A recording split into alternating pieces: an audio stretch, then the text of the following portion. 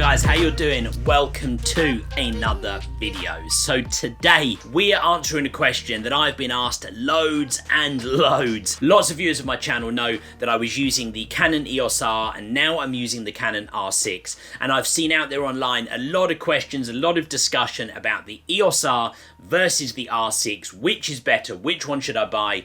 Is one an upgrade from the other one? Is it a step down if you move from one to the other?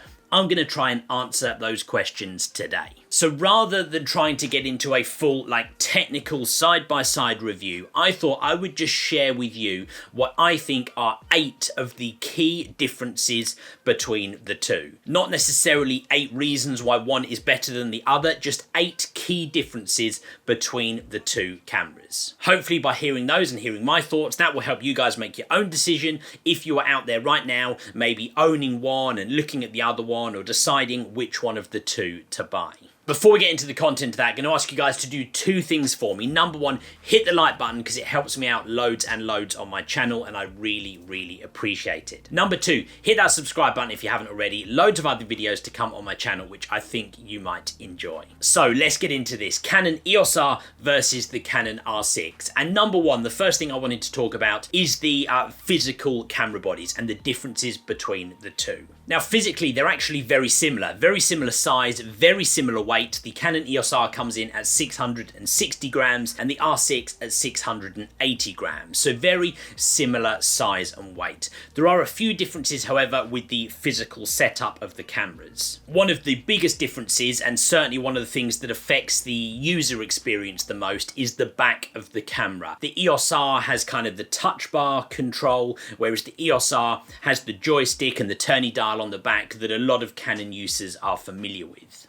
Also on the EOS R, you've got the screen on the top of the camera, whereas on the R6 you don't. You've got the twisty dial, like the mode dial on the top of the R6. Again, like a lot of Canon users will be familiar with from things like the 5D series and the 7D series. And actually my personal preference is that little dial, but I know a lot of people really enjoy the quick view screen on the EOS R, and that isn't there on the Canon R6. You do get that screen, I believe, on the Canon R5 though. I mentioned the twisty wheel on the back of the R6. The EOS R has that 4-button kind of directional wheel type thing. A little bit different again from the R6. Both very customizable though. I used the touch bar on the EOS R to control my ISO level so that I had the 3 controls, shutter, aperture and ISO, really easy to get to, and I used the 3 twisty dials on the R6 to control those same 3 things. So I was still able to control the settings that I wanted using the controls that the camera had. Okay, moving into the key difference number 2,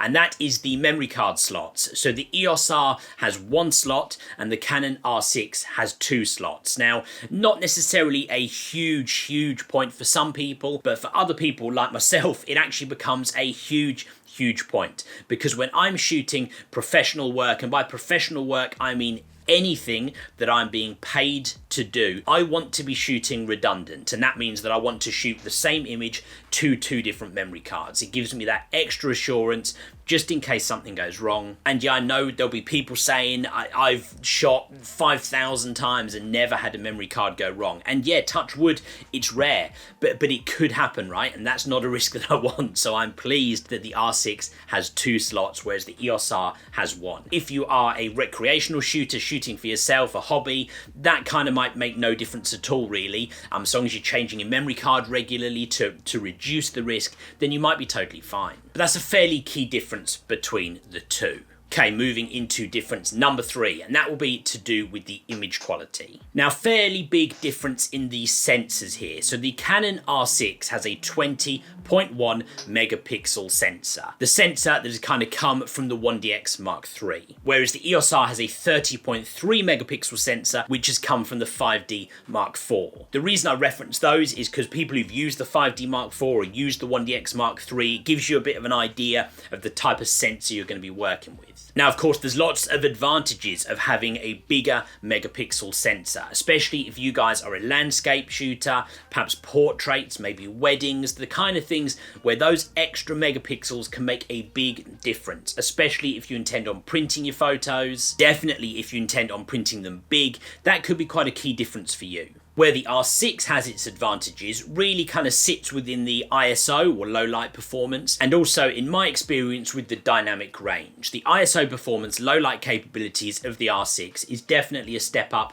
from the EOS R. The EOS R isn't bad, but is not as good as the R6. Same with the dynamic range. The dynamic range performance isn't bad with the EOS R, but I don't believe it is as good as the R6. Okay, moving into differences number 4, and that is the autofocus. Now, the EOS R has a lovely, good autofocus system. It tracks images well, it locks onto your subject really well. I was actually really impressed with the autofocus of the EOS R. That said, the autofocus for the R6 is definitely a step up. It really does go to the next level. The facial recognition autofocus, the eye detection, you can set that to people, to animals. It really is a step up. The autofocus for the R6 I have found to be so good using the camera so far. There's a few other differences. You get more like selectable autofocus points with the R6 than you do with the EOS R. The numbers I can get for you. So the R6 has no fewer than 6,072 areas, whereas the EOS R has 5,655. I mean, look, it's very comparable, but technically the R6 is a little bit better. But my personal experience, especially if you're using the camera in AI servo mode and tracking moving subjects, the Canon R6 is next level when it comes to the autofocus. That leads us nicely into point number 5, and that is the continuous shooting modes. This is where, for me, there was a key difference between the two cameras. The Canon R6, you can shoot up to 12 frames per second. We're just talking mechanical shutters for now, whereas the EOS R shoots 8 frames per second. Now, you might be thinking 4 frames per second isn't a huge difference, but when you're shooting in AI servo continuous focus mode with the EOS R, that drops to 5 frames per second. That then does become a substantial difference. 5 frames per second, 12 frames per second. If you want to shoot any kind of fast moving action sports wildlife, that does become quite a key difference. The other thing you get if you're shooting continuously with the EOS R is you get the lag in the viewfinder, which can throw off your ability to follow a moving subject. You don't get that with the Canon R6. So for me, that is quite a key difference. And in fact, the continuous shooting modes between the EOS R and the Canon R6, probably one of the biggest differences for me between the two cameras. Okay, moving into number 6, and that is image stabilization. In very simple terms, the Canon EOS R does not have in-body image stabilization, whereas the Canon R6 does. Of course, you can still use IS lenses and everything like that with the EOS R, but the IBIS in-body image stabilization of the Canon R6 does make a difference. The Canon R6 has a 5-axis in-body image stabilization system, which they reckon can account for up to 8 stops compensation if you're using that image stabilization. So that is a really decent system. Now, when you're shooting video, you do have the electronic stabilization in the EOS R, and you do have the same comparable system with the R6. If you're using that in the EOS R, though, it does crop the sensor a little bit. I don't know exactly how much by right now. And that moves us into point number 7. We'll stick with the video. The Canon EOS R can shoot up to 4K at 30 frames per second. Now that sounds pretty good. However, there is a fairly heavy crop. I believe it's like 1.7 times when you're shooting your 4K on the EOS R. So that certainly can make a difference. If you're shooting 4K on the R6, there is a tiny crop, but it's something like 1.07 or something. So it's not really worth worrying about. And you've got increased frame rates at 4K up to 60 frames per second. If you're shooting in 1080p, the EOS R goes up to 60 frames per second, whereas on the R6 you can shoot 1080 up to 120 frames per second. Great if you want to be out there shooting your slow motion stuff. It would be wrong of me not to touch on the dreaded overheating stuff. I don't believe there's any rumors of overheating with the EOS R, whereas if you shoot continuously loads and loads of back-to-back footage 4K on the R6, it is possible for it to overheat. Done a whole separate video on that. It takes a long time to overheat, so don't worry too much about it, but just be aware that is a small difference. And moving into key difference number 8, and that is the price. Right now, when I've done this on Amazon, you can find the R6 for about £2,500.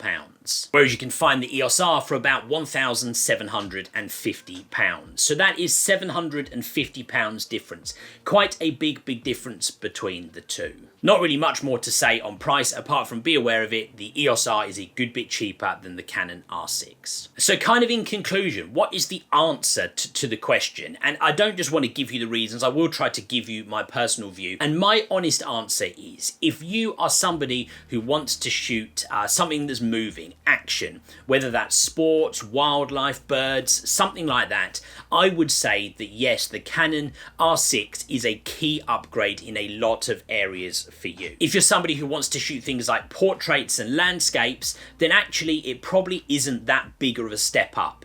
If you do want to shoot the fast moving action, it's going to make a difference. Things that are static like landscapes, portraits, the EOS R is going to be totally fine for you. And in fact, remember, you've got that bigger extra megapixel sensor. So especially if you're a landscape shooter, it could be that the EOS R is the better option for you. I'm always a big believer in saying work within your budget. So if your budget only takes you to £1,750, then the EOS R is the better option for you. If your budget's bigger, then maybe the R6. If budget was not a factor at all and someone just simply said to me, which is the better camera, I would say the R6, but there are certain situations when the EOS R is just as capable and could even be a better option. I think that just about rounds us off, guys. I hope you found it interesting. I hope you found it useful. If you are making the decision between the two cameras, do me a favor, hit the like button. Don't forget to subscribe if you haven't already. Thank you very much for watching, and I will see you guys on the next video.